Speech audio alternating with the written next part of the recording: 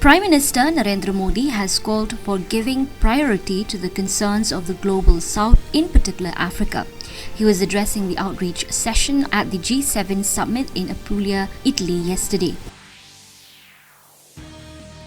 Prime Minister Narendra Modi has returned to New Delhi this morning after concluding his day-long visit to Italy. In a social media post, the Prime Minister described the visit as productive.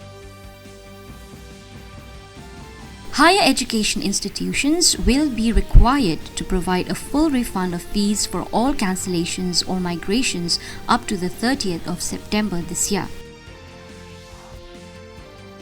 Ministry of External Affairs and the State Bank of India have signed an agreement to provide additional digital payment services to Indian migrant workers, recruiting agents and other users of the Immigrate portal.